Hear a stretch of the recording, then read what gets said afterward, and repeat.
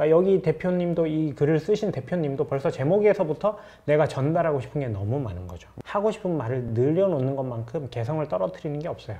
안녕하세요, 이어 채널 태용입니다. 창업 트레이너 지미입니다. 작년에 모 지원 사업에 이제 지원을 했다가 탈락한 지원서를 하나 구했어요.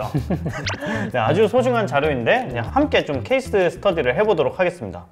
이제 보통 이렇게 지원서를 보면은 첫 페이지가 좀 일반 현황, 두 번째 세 번째 페이지 개요. 네. 이제 그 다음에는 이제 그 개요에 해당되는 거를 이제 상세적으로 이야기하는 이제 이런 구성으로 되어 있는데, 일반 현황에서 이제 가장 중요한 거는 이제 제품 및 서비스명을 어떻게 정의하느냐일 것 같은데, 이분께서는 이렇게 썼어요. AI 기반 학습자 개인 맞춤형 중고등 입시 영어 학습 시스템 가로 열고 AI 잉글리시 튜터 가로 닫고. 제가 감히 말씀드리기가 조금 조심스럽지만 다소 길지 않나, 이 읽는 사람 입장에서 주의력이 많이 분산되는 제목이지 않나, 그런 생각을 해봅니다. 이게 제품 및 서비스명을 쓸 때 주의사항, 팁 같은 게 있을까요? 일단 이 읽는 사람 입장에서 흔하지 않았으면 좋겠다, 이런 전 느낌이 있어요. 만약 이거를 다르게 한다면 입시 영어 학습 시스템인데, 시스템이라는 표현보다는 좀 더 뭐랄까 도구랄까 이런 느낌도 전 좋을 것 같고, 조금 더 이거보다 상품적인 느낌을 많이 냈으면 좋겠어요. 만약 제가 이 비슷한 아이템이었다면 과외 선생님 이런 표현을 썼으면 훨씬 좋지 않을까? 그러니까 읽는 사람 입장에서 이게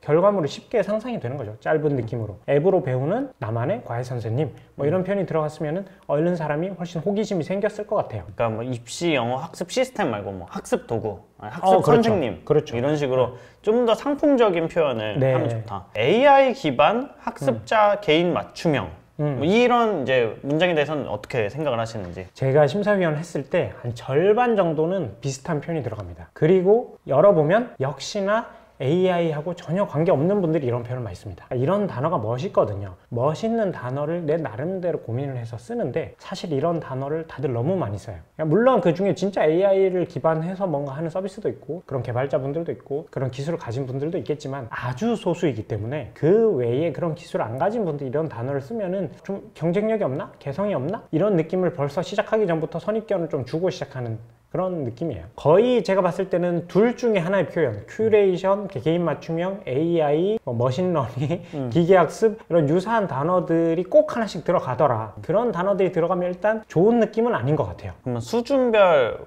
맞춤형, 입시 영어, 학습 도구, 학습 선생님 이런 게 조금 더 나을 수도 있다. 아무래도 그런 것도 좋겠지만 사용자 입장에서, 이 심사위원 입장에서 쉽게 이해가 되고 호기심이 생기는 좀 그런 제목으로 하는 게 더 좋지 않을까요? 어쨌든 이제 다른 사람들이 쓰는 단어와 좀 다르게 나만의 언어로 정의하는 게 중요하고, 물론입니다. 이 사업이 누구한테 어떤 임팩트를 주는가를 간결하게 표현을 할 수 있으면 좋겠네요. 다음에 보면 이제 제품 및 서비스 개요가 나와요. 이제 두 번째 장에서 좀 더 기회를 주는 거죠. 우리 제품을 조금 더 길게 소개할 수 있고, 어떤 게 차별화되는지 좀 더 길게 말할 수 있고, 이제 시장에 대해서 표현을 할 수 있는데, 한 번 더 기회가 주어졌잖아요. 이때 사로잡아야 됩니다. 그러니까 아까 처음에 제목이 출연자 오디션 프로그램에서 출연자가 등장하는 장면이라면 이 부분은 자기소개하는 부분이죠. 자기소개에서 제일 전 중요한 게 처음에 나왔을 때 무게감, 임팩트라고 생각하거든요. 요걸 보면은 첫 줄이 AI 딥러닝 기반의 비대면 모바일 영어 학습 플랫폼 서비스. 유사한 게 너무 많아요. 너무 많습니다. 그래서 흥미도가 많이 떨어져요. 심사위원 입장에서는. 이거를 좀 심사위원의 수준이 있다면 AI 딥러닝 기반이 정말 가능한가? 라는 의구심이 좀 생기기 마련이거든요. 그러면은 역시나 읽다 보면 역시나 어려울 것 같은데, 그럼 조금 더 진정성이 있는 다른 지원 사업가에게 눈이 갈 것 같아요. 네 번째 줄 보면은 5분 안에 이제 학습할 수 있는 클립 영상을 제공해서 이제 성취도를 높인다.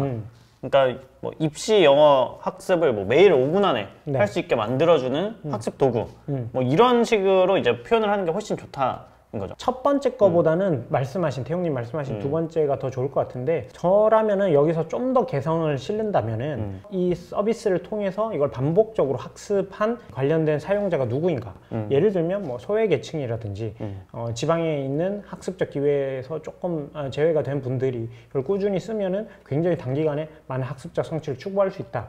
뭐 이런 사용자 기반의 결과물을 앞에서 딱 제시를 한다면은 그래? 어떻게 해서 그게 그렇게 되지? 이런 식으로 좀 심사위원회 관심을 더 끌어갈 수 있지 않을까요?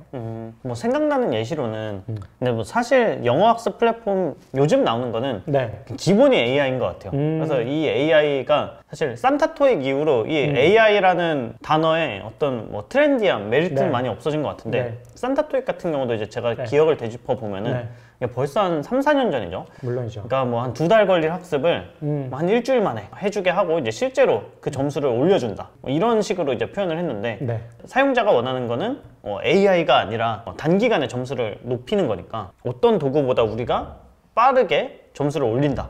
라는 점을 이렇게 어필했던 것 같은데 그런 접근이 좋은 게 아닌가. 저는 그 대표님이 산타토익의 대표님이야말로 사용자가 원하는 게 무엇인가를 정확하게 이해했다고 생각을 하거든요. 즉 사용자들 그 토익 시험을 보는 사람들의 목표는 단기간에 점수를 올리는 거잖아요. 근데 그 점수를 올리는 방법이 차별적이고 개성 있게 느껴져야 신선하게 느껴지는 거죠. 박앤세일이란 말은 너무 흔한 표현이에요. 그럼에도 불구하고 박앤세일은 50년이 넘는 역사 동안 살아남은 표현이거든요. 이제 사람들은 박앤세일이란 말에 반응하는 게 아니라 어떻게 해서 이렇게 박앤세일이 많이 되는 거지? 라는 그 과정에 집중하거든요. 저는 이것도 마찬가지라고 생각을 해요. 영어 학습이 된다. 그러니까 영어 학습이란 건 나쁘지 않지만 어떻게 해석할 거냐라고 했을 때 그 해석의 방법으로서 AI 기반 학습자 개인 맞춤형 중고등 입시 영어 학습 시스템은 다소 흥미도가 좀 떨어지는 내용인 것 같아요. 제품 소개를 할 때 차별성을 담아서 소개를 하는 게 좋은데 네. 어쨌든 이제 또 따로 이렇게 기회를 한 번 더 주는데 네. 그 가장 윗줄에 있는 게 이제 뭐 입시 영어 최초의 학습자 맞춤형 어댑티브 앱러닝 시스템. 너무 어렵습니다. 앱러닝이란 건 아마 모바일 러닝을 줄인 표현 같은데 저는 이게 뭐 M자 학습 곡선 뭐 이런 거를 생각을 했어요. 저도 이런 표현은 처음 들어봤는데 조금 이 지문을 쓰신 분이 언어적인 표현으로서 좀 승부수를 던지려고 하셨던 것 같은데 다소 그렇게 개성이 있거나 매력적이진 않았다. 나름의 지금 이 사업가의 머릿속에서는 아주 멋진 학습 커리큘럼이 있는 것 같지만 이게 글로 잘 드러나지 않았다. 이런 아쉬움이 있습니다. 그 다음에 이제 국내외 목표 시장. 막 사실 앞에서 좀 망했어도 네. 뭔진 모르겠지만 네. 얘네는 정말 매력적인 시장을 타겟팅하고 있어 하면은 네네. 약간 이렇게 용서가 되잖아요. 물론이죠. 네. 목표 시장을 이제 적은 걸 좀 어떻게 보시는지. 사교육 시장 21조 중 이제 영어 교육비 해당 약 5.1조 이제 시장을 타겟팅한다. 그리고 1호 19세 중고등 학생 260만 명 중 이제 170만 명이 이제 사교육에 참여를 한다. 네네. 네. 5.1조라는 숫자가 사실 그게 현실적으로 들리진 않아요. 이 사업에 지원하시는 분의 사업적 스테이지나 이런 걸 봤을 때 조금 더 현실적인 수준의 목표를 잡는 게 좋을 것 같고, 저라면은 이 숫자적인 것보다는 좀 더 그 독창적인 시장에 대해서 집중을 할 것 같거든요. 그러니까 단순히 이 부분에서 어떤 고민거리가 있는 학생들이 분명히 있을 거예요. 그 학생들의 입장에 들어가서 그 학생들의 문제점을 해결할 수 있다든지, 아니면 이 시장에 들어가 있는 사람들의 학부모라든지 학원 선생님이라든지 좀 더 구체적인 시장이나 시장의 참여자들로 정의를 한다면은 시장 크기도 훨씬 구체화되고 거기에 들어간 이 제품의 개성도 더 드러날 것 같거든요. 그러니까 동네 영어 학원을 차려도 이 사람은 5.1조 시장에 속해 있는 거잖아요. 물론이죠. 그래서 약간 좀 다른 방식으로 서술할 수 있는 방법이 없을까 이런 생각이 들었어요. 그러니까 이런 형태의 시장 크기의 정의는 다른 사업가들도 다 하는 방식이기 때문에 거기서 좀 개성이 많이 없어진다라고 생각을 해요. 그러니까 내가 포커스하는 시장을 최대한 압축해서 그 사용자를 한 명으로 딱 만들어낼 수 있다면 그런 부분이 훨씬 전달하기 쉬울 것 같거든요. 이걸 읽는 심사위원 입장에서도 그래? 그런 시장이 있었어? 딱 호기심이 생기잖아요. 매력이 생기고. 이 사업이 실제로 잘 됐을 때는 전 당연히 5.1조의 시장을 공략할 수 있을 거라고 생각해요. 그런데 우리는 지금 여기서 이 사업 계획서로서 살아남는 게 훨씬 중요한 미션이잖아요. 아주 큰 숫자로서의 상대방이 어필하기보다는 개성 있는 시장 정의로서 어필을 하는 게 더 중요할 것 같습니다.